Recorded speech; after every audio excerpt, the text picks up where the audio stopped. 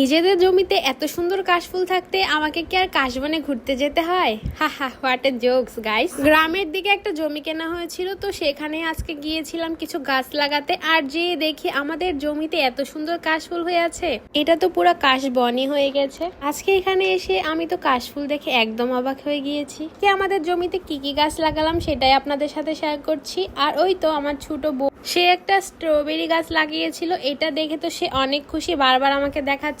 আর লাগিয়েছিলাম ড্রাগন গাছ, আঙ্গুর গাছ।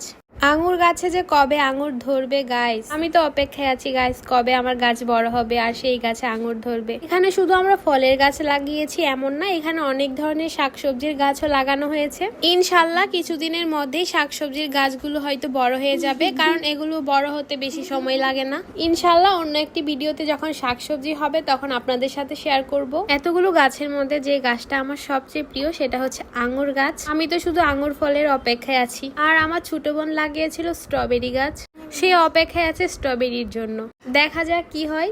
আমাদের নতুন জমিতে আর কি কি গাছ লাগানো যায় আপনারা কমেন্ট করে জানিয়ে যাবেন।